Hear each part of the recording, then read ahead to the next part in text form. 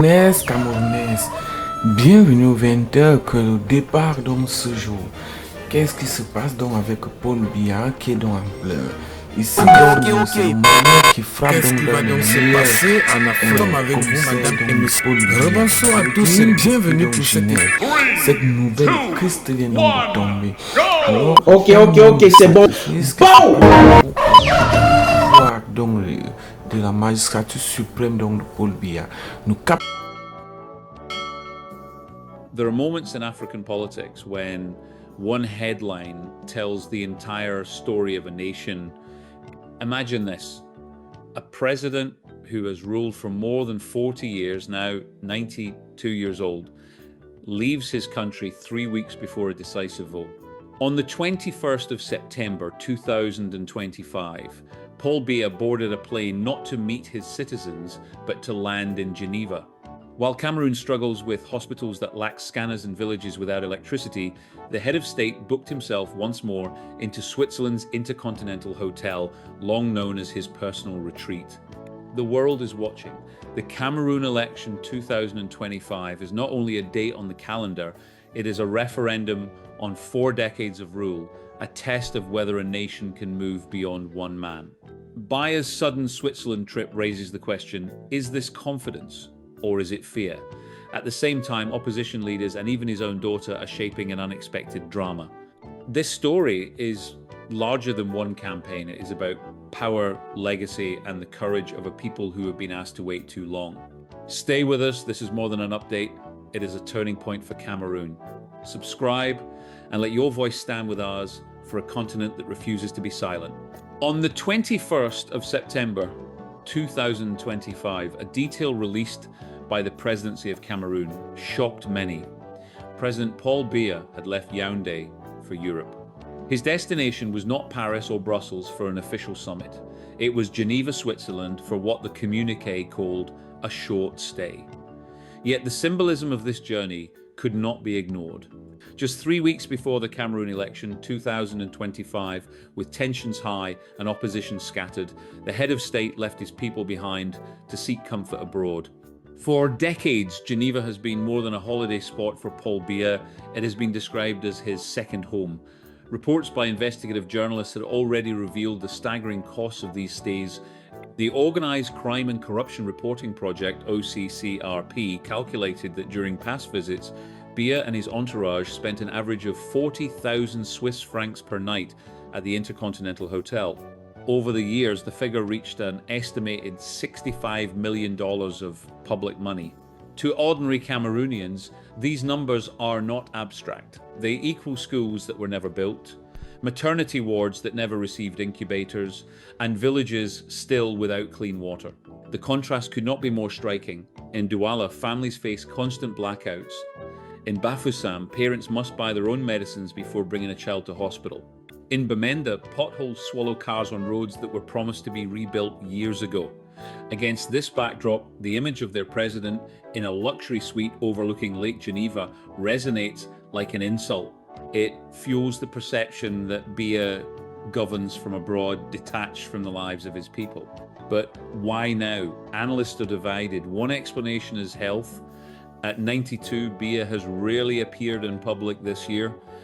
He did not tour the country to present his candidacy as leaders usually do. Instead, announcements were made by officials on his behalf.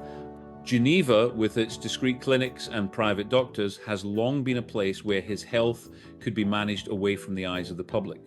A second explanation is political calculation. By leaving Cameroon just weeks before the vote, Biya signals supreme confidence. He can afford to be absent because the system guarantees his victory. Yet, absence carries its own message. A president who avoids the campaign trail leaves a vacuum, and in politics, vacuums are dangerous. In markets and taxi parks across Yaoundé and Douala, conversations turn to the same question. If the leader does not even show up to ask for votes, why should anyone believe the election is genuine? Opposition voices amplify this doubt. They argue that Biya's trip is less about rest and more about fear, a retreat from the people he once promised to serve. This is not the first time Cameroonians have experienced such distance. During natural disasters, during deadly train crashes, even during the Anglophone crisis that has taken thousands of lives, Paul Biya has often been silent or absent. Condolences are sent abroad to foreign capitals when tragedies strike there, yet rarely delivered at home. To many, Geneva has become a symbol not just of wealth, but of abandonment. Still, the machinery of state remains intact. The ruling party, the Cameroon People's Democratic Movement, CPDM, insists that the president is fully in command, whether in Yaoundé or abroad. Ministers repeat that institutions function, that campaigns will proceed, and that stability is assured. This dual narrative absence but control defines the paradox of Biya's regime. But the people see another reality. They remember that in 2018, Biya barely appeared on the campaign trail and yet was declared victor with more than 70% of the vote. They know that the Electoral Commission, ELECAM, and the Constitutional Council are accused of being instruments of the regime. Against this history, the current Switzerland trip raises fears that the 2025 outcome is already scripted. One cannot underestimate the symbolic weight. A president on foreign soil, while his country prepares for its most decisive election in decades. To some, it is arrogance, to others, it is desperation. Either way, it reveals the fragility of a system built on one man's presence or absence. And yet, as dramatic as Biya's departure to Geneva may appear, it was not the most destabilizing moment of September. A more startling development came from inside his own household. For the first time in public memory, the president's own daughter raised her voice against him. The Switzerland trip shocked the public, but what happened next when Brenda Biya spoke out shook the foundations of the regime even more. If the president's absence from Cameroon unsettled observers, what followed days later shook the political scene to its core. On the 19th of September 2025, Brenda Biya, the 30-year-old daughter of the president, published a short video online. Her words were simple, yet unprecedented. She urged Cameroonians not to vote for her father. In a country where dissent is often punished, the message spread like fire. Within hours, WhatsApp groups buzzed, Twitter timelines filled with disbelief, and satellite channels replayed the clip again and again. For the first time in over 4 decades, the Biya dynasty seemed to crack from within. The symbolism could not be overstated. Brenda was not an opposition leader, nor a seasoned activist. She was family. Her voice carried a weight that no external critic could match. To ordinary citizens, her appeal felt like confirmation of what they had long suspected, that even within the presidential household, there was awareness of the suffering, the mismanagement, the growing illegitimacy. Yet just 3 days later, Brenda appeared again, this time to retract her words. She claimed her earlier statement had been misunderstood, that she remained loyal to her family. The speed of the reversal was telling. Few believed it was voluntary. To many, it looked like the result of intense pressure, perhaps even threats, designed to silence an inconvenient truth. The political impact, however, could not be undone. Even in retraction, the memory of her first statement lingered. It entered the collective consciousness as a kind of forbidden knowledge that even the president's own daughter had once broken the wall of silence. Analysts see 2 levels of significance here. The first is personal. In regimes centered on one individual, family unity is often projected as a sign of stability. A daughter rebelling, however, briefly reveals fractures that propaganda cannot repair. The second is structural. Brenda's intervention highlights the limits of control in the digital age. Social media gave her a platform that bypassed state television, newspapers, and official channels. In a single video, she reached millions in a way the regime could not filter. Reactions varied. Supporters of the ruling party dismissed her outburst as youthful indiscretion, even as a result of personal struggles. Opposition figures, however, seized the moment. They argued that if even those closest to the palace could see the truth, then the wider nation had a duty to act. Civil society groups echoed the sentiment, calling Brenda's words a rare moment of honesty in a political landscape clouded by fear.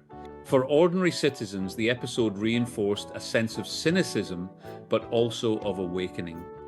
In Yaoundé, taxi drivers joked that the president's own family was campaigning for change. In Douala, market women whispered that the truth had finally been spoken from within the palace walls. In Bafoussam, students shared memes portraying Brenda as an unlikely heroine, even if she later denied her own message. But cynicism ran alongside caution. Many remembered how quickly dissenting voices are silenced in Cameroon. They noted that Brenda herself lives under constant surveillance, and that others who have spoken out against the regime faced imprisonment. The spectacle reminded them that in Cameroon, courage often meets repression. At the political level, the Brenda affair injected fresh uncertainty into the electoral atmosphere. Opposition leaders debated how to frame the moment. Should they embrace her as a symbol or avoid association to prevent reprisals? For Isai Roma Chiroma Bakary, the former minister turned candidate, the episode served as proof that the regime's legitimacy was collapsing. For smaller parties, it was an opportunity to remind voters that change was possible, even if fragile. Internationally, the video drew attention in ways official opposition speeches rarely do. Western media outlets highlighted the paradox: a president absent in Switzerland and a daughter urging people to vote against him. The image was powerful. It reinforced narratives of a crumbling dynasty clinging to power despite internal dissent. Yet, the state moved quickly to reassert control. National television ignored the video. Loyalist commentators painted Brenda as unstable. Pro-regime newspapers ran stories questioning her credibility. The aim was clear: to erase the moment from memory. But history is not easily erased. In homes across Cameroon, the clip is saved on phones, replayed quietly, a reminder that even within the palace, the truth cannot be hidden forever. This was the climax of September, the moment when the facade of invulnerability cracked. A president abroad, a daughter in rebellion, a people caught between hope and fear. But the question remained: could the political opposition, long divided and weakened, seize this momentum? The shock of Brenda's voice faded quickly under pressure, but the real test lay elsewhere. Could Cameroon's fractured opposition turn this spark into a flame of change? Every election carries consequences, but in Cameroon, the stakes of 2025 go far beyond ballots.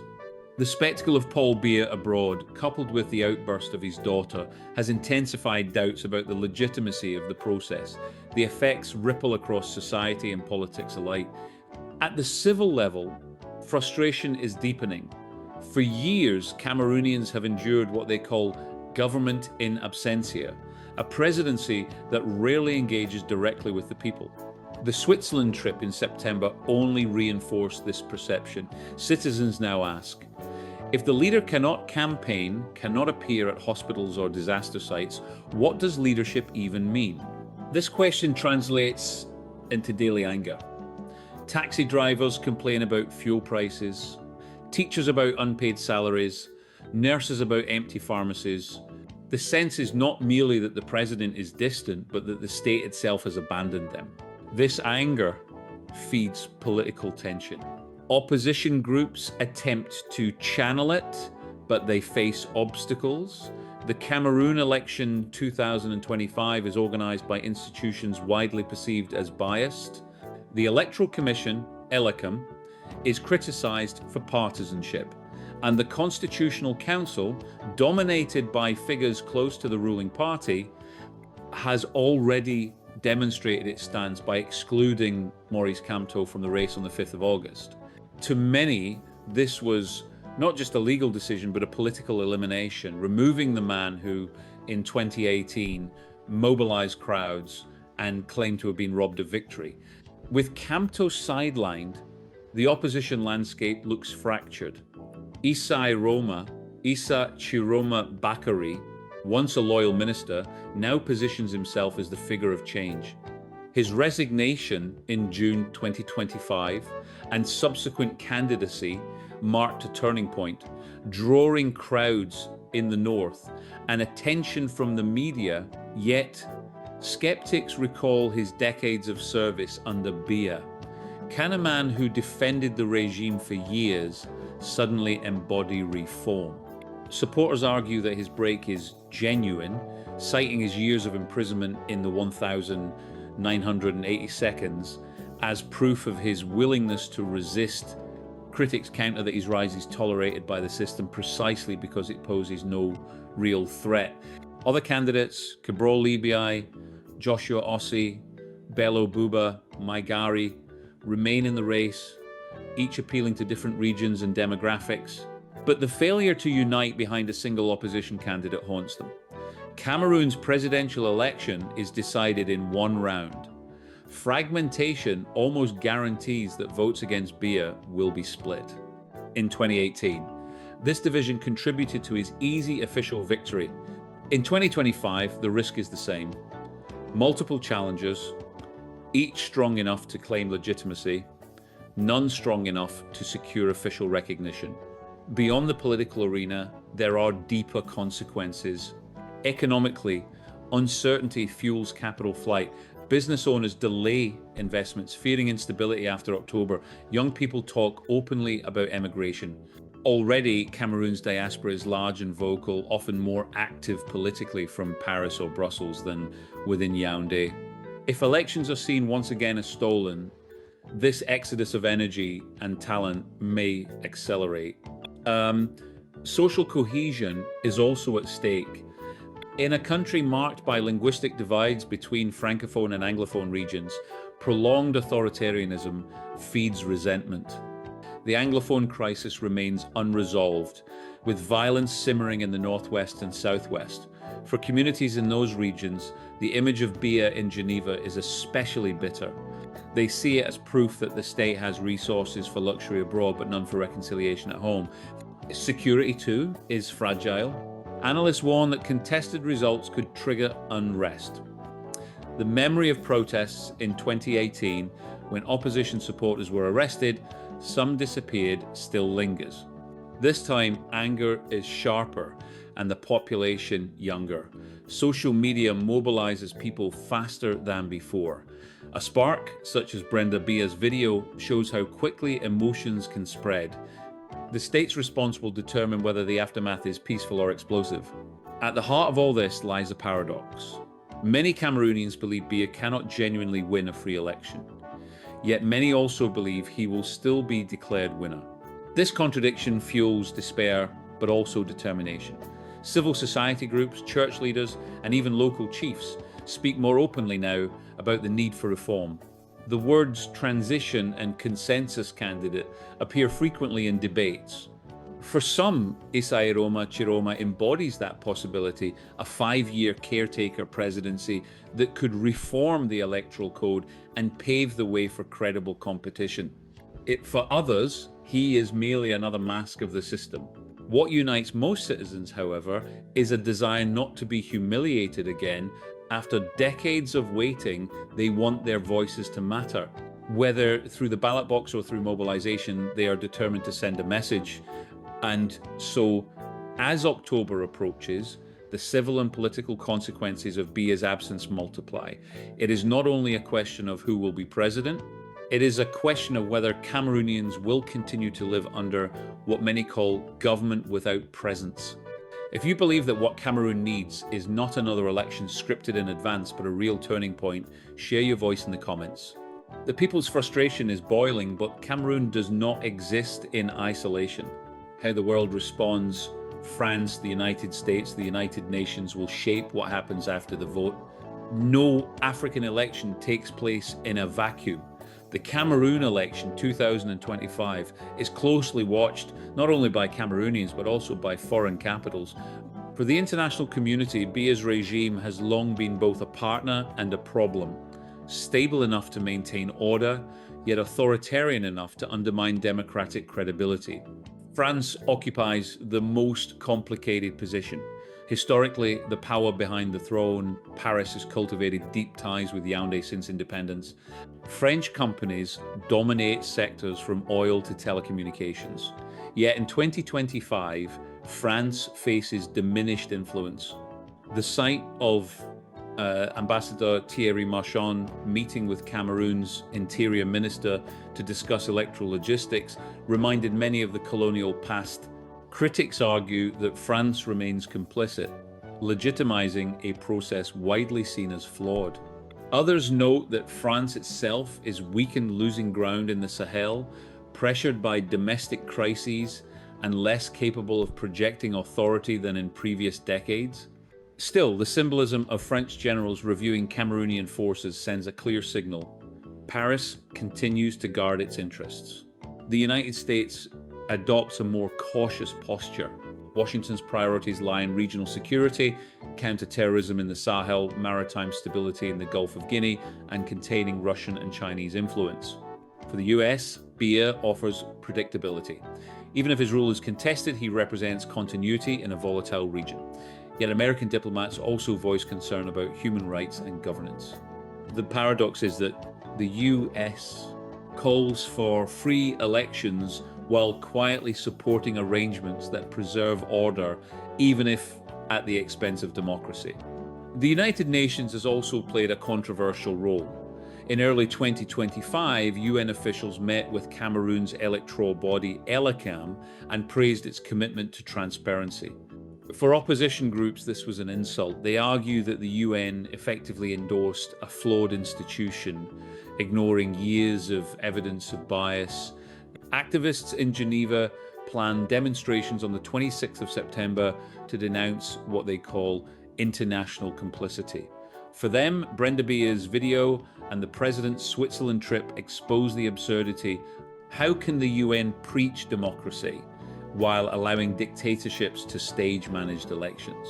Meanwhile, other global actors circle the scene. Russia and China have both increased their presence, offering military equipment, infrastructure deals, and diplomatic cover. For Biya, these partnerships provide leverage against Western criticism. For the West, they create a dilemma: pressure too hard, and Yaoundé may drift further into Moscow's or Beijing's orbit. Thus, the world's reaction is less about principles and more about interests. France seeks to preserve its legacy, the US, its security priorities, the UN, its image of neutrality, and Russia and China, their expanding influence. Cameroon, in this sense, is not merely holding an election, it is hosting a geopolitical contest. Yet external actors can only do so much. The decisive choice lies not in Paris, Washington, or New York, but in Yaoundé and Douala. The question is, will Cameroonians themselves seize this moment to define their future?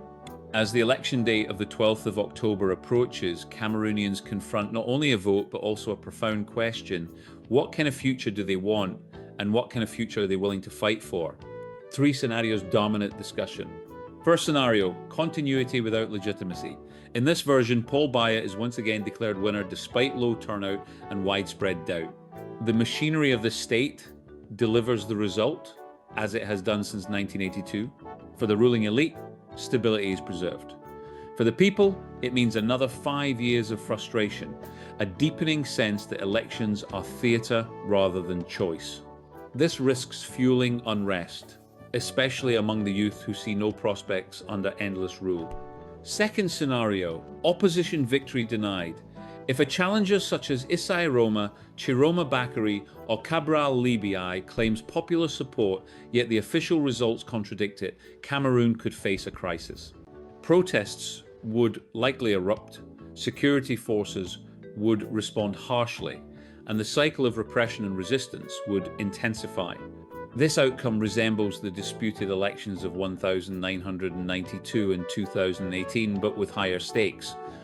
With Brenda Biya's brief rebellion still fresh in memory, many would interpret a stolen victory as the final proof that change cannot come through the ballot box alone. Third scenario, a managed transition. Some hope that if Isai Roma, Chiroma, or another opposition figure is allowed to take power even for a single term, he might reform the electoral code, restore some credibility, and open space for a new generation of leaders. This is the most optimistic path. though skeptics warn that promises of only 5 years often turn into decades. African history offers many examples of leaders who pledged to step aside only to entrench themselves further. Whichever scenario unfolds, the underlying truth is the same. Cameroon cannot outsource its destiny. France may advise, the United States may caution, the United Nations may observe, but only Cameroonians can decide whether to accept or reject the status quo. This is not only about one man or one family. It is about a nation that has lived under the same presidency for more than 4 decades, an entire lifetime for most citizens. For older Cameroonians, the moment carries special weight. They remember 1982 when Biya first came to power, promising renewal. They have witnessed the slow transformation of hope into stagnation. Many of them now speak to their children and grandchildren about dignity, urging them not to repeat the cycle of waiting. For Africa as a whole, Cameroon offers a lesson. The Paul Biya Switzerland trip symbolizes the excess of leaders who see the state as personal property. But the determination of ordinary Cameroonians symbolizes something else. That change is possible when people refuse silence. The future is uncertain, but the choice is clear. Either Cameroon steps into another chapter of the same story, or it writes a new one. And so we return to the question that hangs over this election.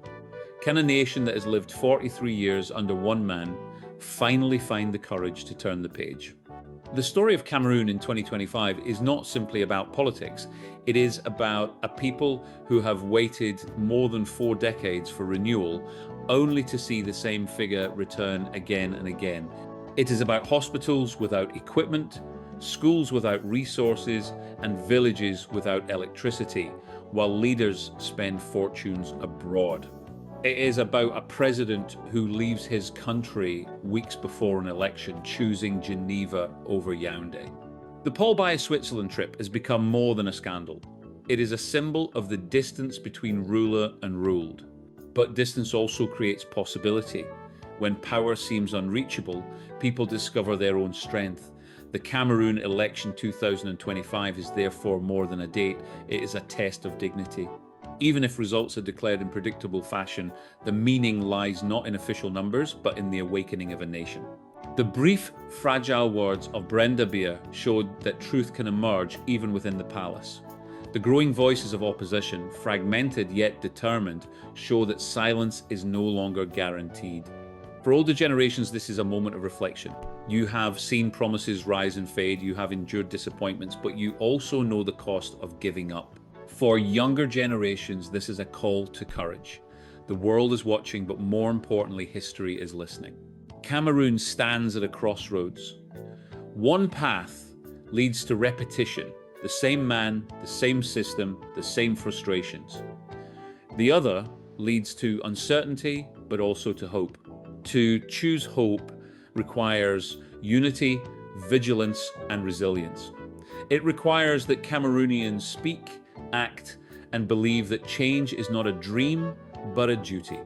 If this story moves you, do not let it pass in silence. Share it, discuss it, argue about it in your homes and communities.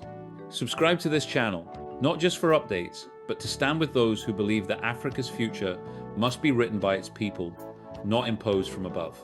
Type your hope into the comments. New Africa, Africa rise. It's time for Africa. Let the world know that Cameroon's struggle is not hidden and that a continent's voice cannot be muted.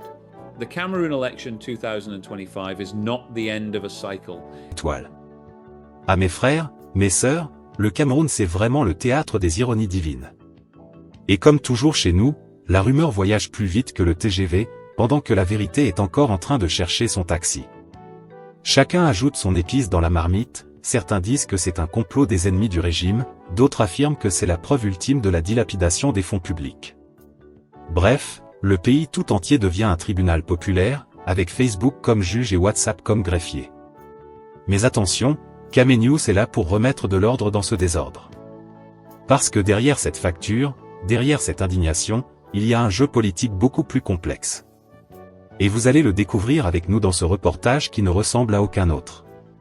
Ne partez pas, car ce que nous allons vous révéler va vous plonger dans un monde de complots, de manipulations et de secrets d'État. Chaque mouvement, chaque détail compte. Ce n'est pas juste une histoire de factures gonflées, c'est une bombe politique qui peut redéfinir les rapports de force autour du trône de Yaoundé. Avant de vous immerger dans ce mystère, prenez un instant pour aimer cette vidéo, de vous abonner et surtout d'activer la cloche de notification pour être toujours à la une. Sur Kamé News, on ne vous livre pas l'actualité fade et sans goût. Ici, on vous la sert bien épicée, pleine de rebondissements et sans filtre. Alors restez avec nous, car ce que vous allez entendre n'a rien de banal. Partie 1. L'image qui enflamme, contexte et propagation. Mes frères, mes sœurs, vous connaissez le dicton, quand un poulet traverse la route au Cameroun, il faut toujours demander qui l'a envoyé. Eh bien, l'histoire de cette facture qui a jailli de Genève le 24 septembre 2025 ressemble exactement à ça. Une simple image, balancée sur Facebook et WhatsApp, et tout un pays a commencé à courir derrière comme si on avait trouvé le secret de la jeunesse éternelle. Imaginez la scène, un document avec le logo du mandarin oriental Geneva, une somme de 34 607 francs suisses, soit environ 24 millions de francs CFA. Et hop, quelqu'un ajoute dans le commentaire, c'est la facture payée par Samuel Mvondo Ayolo, le directeur du cabinet civil. Mes chers, plus besoin de preuves, plus besoin de témoins, la rumeur était déjà partie. En moins de temps qu'il ne faut pour faire bouillir une marmite de ndolé, la facture avait envahi WhatsApp, Facebook, Twitter et même TikTok. Les Camerounais de Genève s'indignaient, ceux de Douala s'énervaient, ceux de Garoua insultaient, et ceux de Paris envoyaient les captures dans les groupes de diaspora. Bref, c'était devenu un feu de brousse incontrôlable. Et vous savez, au Cameroun, un scandale bien épicé voyage plus vite qu'un avion de Swissair. Mais arrêtons-nous un peu pour analyser la stratégie. Pourquoi une image comme ça devient-elle si virale? Parce que c'est une recette simple comme la bouillie du matin. 1. On prend un nom célèbre ici, un ministre proche du président. 2. On ajoute un lieu prestigieux, Genève, capitale des séjours présidentiels. 3. On assaisonne avec un montant astronomique, 24 millions de francs CFA. 4. Et on mélange le tout dans la marmite des réseaux sociaux. Résultat, une indignation nationale, des débats houleux, et tout le monde devient expert en finances publiques. Même le conducteur de mototaxi qui n'a jamais vu l'intérieur d'un hôtel 5 étoiles se met à commenter comme un inspecteur des impôts, hein, donc c'est avec notre argent qu'ils font ça là-bas? Le plus satirique dans cette affaire, c'est la manière dont les Camerounais consomment l'information. Personne ne prend le temps de demander, mais attendez, est-ce que l'hôtel a confirmé? Est-ce que le document est authentique? Non. On prend, on copie, on colle, et on envoie dans les groupes WhatsApp de famille, de tontines et même de prières. Oui mes chers, même les groupes de prières reçoivent ce genre de facture. Après, amen, c'est « Avez-vous vu ce que le ministre a dépensé à Genève ?» Et puis, l'indignation, c'est aussi un sport national chez nous. Les Camerounais adorent s'indigner, parce que ça donne l'impression de participer à la politique. Tu n'as pas d'électricité depuis 2 jours, mais tu as trouvé une facture de 24 millions sur Facebook, ça te permet de crier, d'insulter, et de te sentir citoyen engagé. C'est comme une soupape pour évacuer la colère quotidienne. Mais attention, cette vitesse de propagation ne tombe pas du ciel. Elle est orchestrée. Derrière une telle diffusion, il y a toujours des mains invisibles qui connaissent bien la psychologie du peuple. Ils savent que quand tu balances un chiffre qui dépasse l'entendement, les gens ne réfléchissent plus, ils réagissent. C'est ça qu'on appelle en communication la stratégie du « choc et émotion ». Et là, mes chers, le coup était bien joué. Sauf que, et c'est là que Kamé News intervient, quand on gratte la surface, on découvre vite que l'image ne tient pas debout. Mais avant que cette vérité n'arrive, la rumeur avait déjà fait le tour du pays. Comme on dit chez nous, le mensonge a déjà voyagé 1000 km pendant que la vérité est encore en train de lasser ses chaussures. Alors chers abonnés, vous voyez bien que cette facture est devenue un symbole. Symbole de la colère populaire, symbole de la méfiance envers les élites, mais aussi symbole d'une société où une simple capture d'écran peut devenir une arme de destruction massive. Et vous, que pensez-vous? Cette indignation était-elle justifiée, ou sommes-nous tombés une fois de plus dans le piège de la manipulation numérique? Regard d'expert, pourquoi la facture pose problème? Mesdames et messieurs, voici maintenant le moment où on prend la loupe et on scrute la facture comme un instituteur de village corrige la copie d'un élève paresseux. Parce que si vous regardez bien, vous allez voir que ce document qui fait trembler les réseaux sociaux est rempli d'erreurs dignes d'un faux montage de quartier. D'abord, l'absence de nom. Oui, mes frères, mes sœurs. Un hôtel de standing, ce n'est pas un bar de quartier où tu bois 3 bières, tu pars et tu laisses la note suspendue en disant « Le vieux du Carrefour va payer demain ». Non.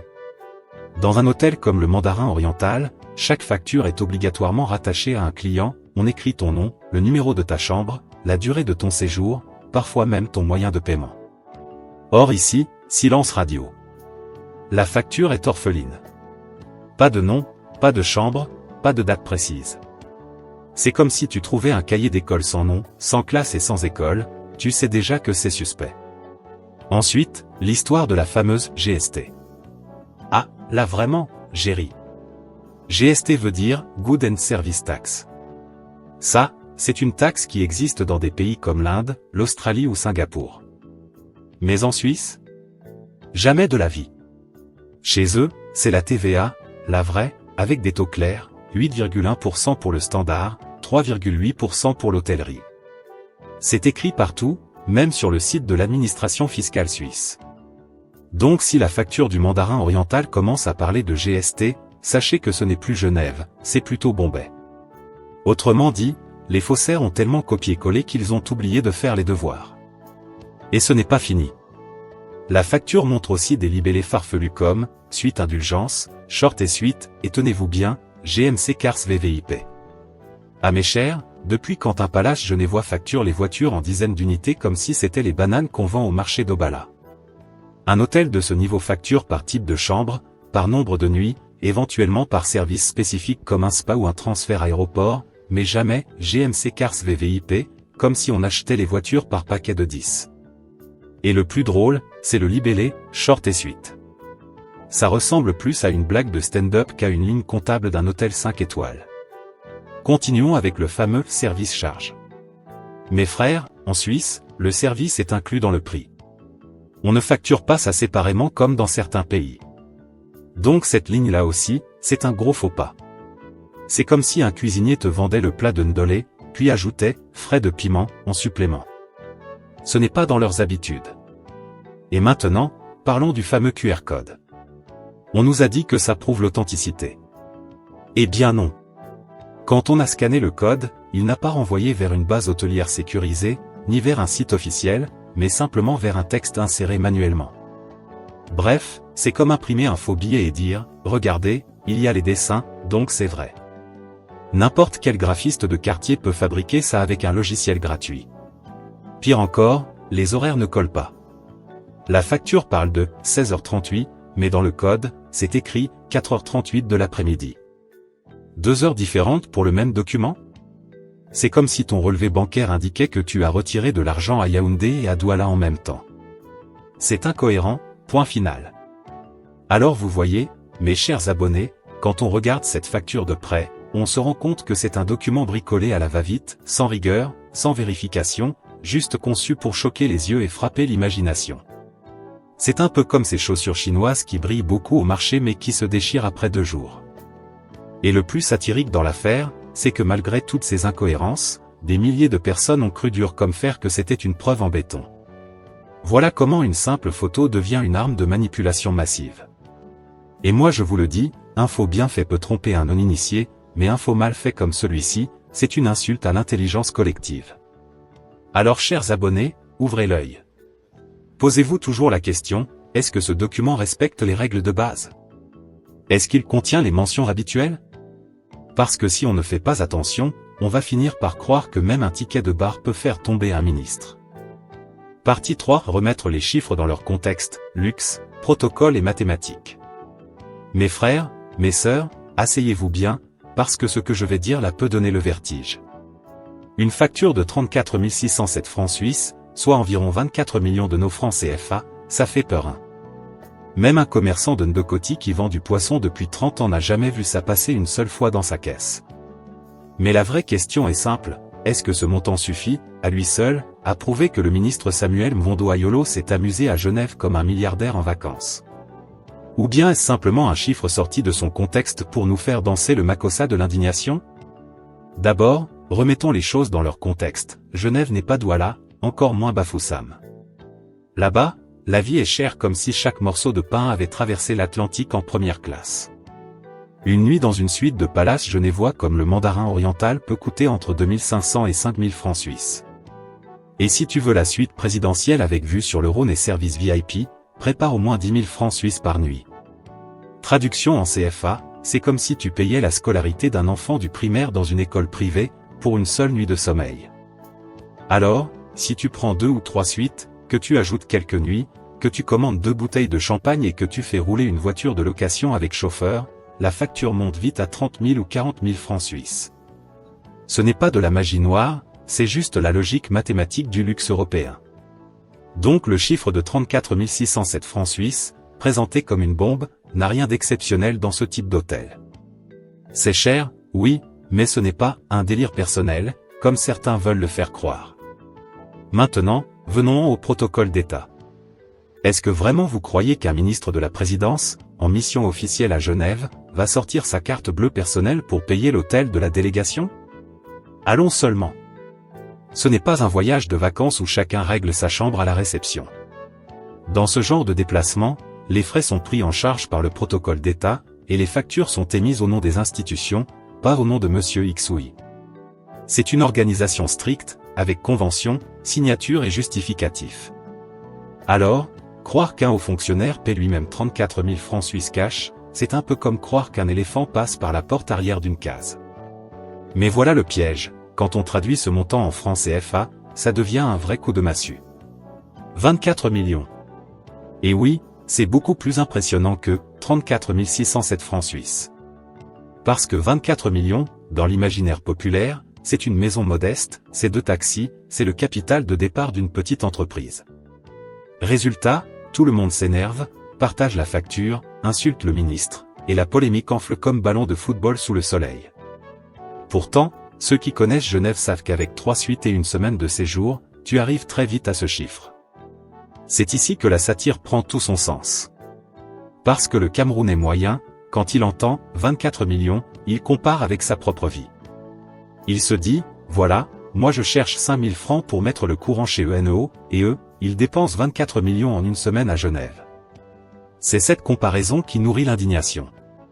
Mais il faut distinguer 2 choses, le coût réel de la vie à Genève et l'attribution de la dépense.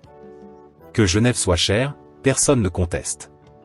Mais que Samuel Mvondo Ayolo ait sorti cet argent de sa propre poche, ça, rien ne le prouve. Et c'est là que le piège devient évident, l'intox joue sur l'émotion du chiffre. Parce que si la facture avait dit 1500 francs suisses, personne n'aurait bougé. Mais avec 24 millions de CFA, c'est comme jeter du piment dans les yeux du peuple. Ça pique, ça brûle, et tout le monde crie au scandale. Pourtant, si on regarde froidement, c'est juste une dépense plausible dans un hôtel de luxe, pas forcément la preuve d'une dilapidation personnelle. Moralité, une addition salée à Genève n'est pas forcément un crime, mais au Cameroun, quand tu traduis ça en CFA, c'est déjà un péché capital. C'est là que l'intox gagne, elle exploite l'écart entre la réalité internationale et la perception locale. Et pendant que le peuple crie, ceux qui tirent les ficelles rigolent dans l'ombre, parce qu'ils savent que la meilleure arme, ce n'est pas la vérité, mais l'indignation bien dosée. Alors mes chers abonnés, je vous pose la question, est-ce que vous pensez que ce chiffre est la preuve d'une gabegie ministérielle, ou juste une astuce de communication pour enflammer les réseaux sociaux? Dites-le dans les commentaires, parce qu'ici à Caménews, on ne fait pas que parler, on vous donne aussi la parole. Partie 4, qui gagne à diffuser cette rumeur? Mécanique et conséquences. Mesdames et messieurs, asseyez-vous bien, attachez vos ceintures et ouvrez vos oreilles, car ce que je vais vous dire dépasse parfois la simple logique. Au Cameroun, une rumeur a plus de kilomètres qu'un train express, et quand elle part de Genève, elle arrive à Douala plus vite que l'avion présidentiel. La facture du Mandarin oriental n'est qu'un exemple de plus d'une mécanique qui s'est perfectionnée avec le temps, on prend une vérité partielle, on lui colle des faux habits de luxe, puis on la balance sur WhatsApp comme on lance un N'Jansan au carrefour, et tout le monde se met à courir derrière, sans même savoir pourquoi.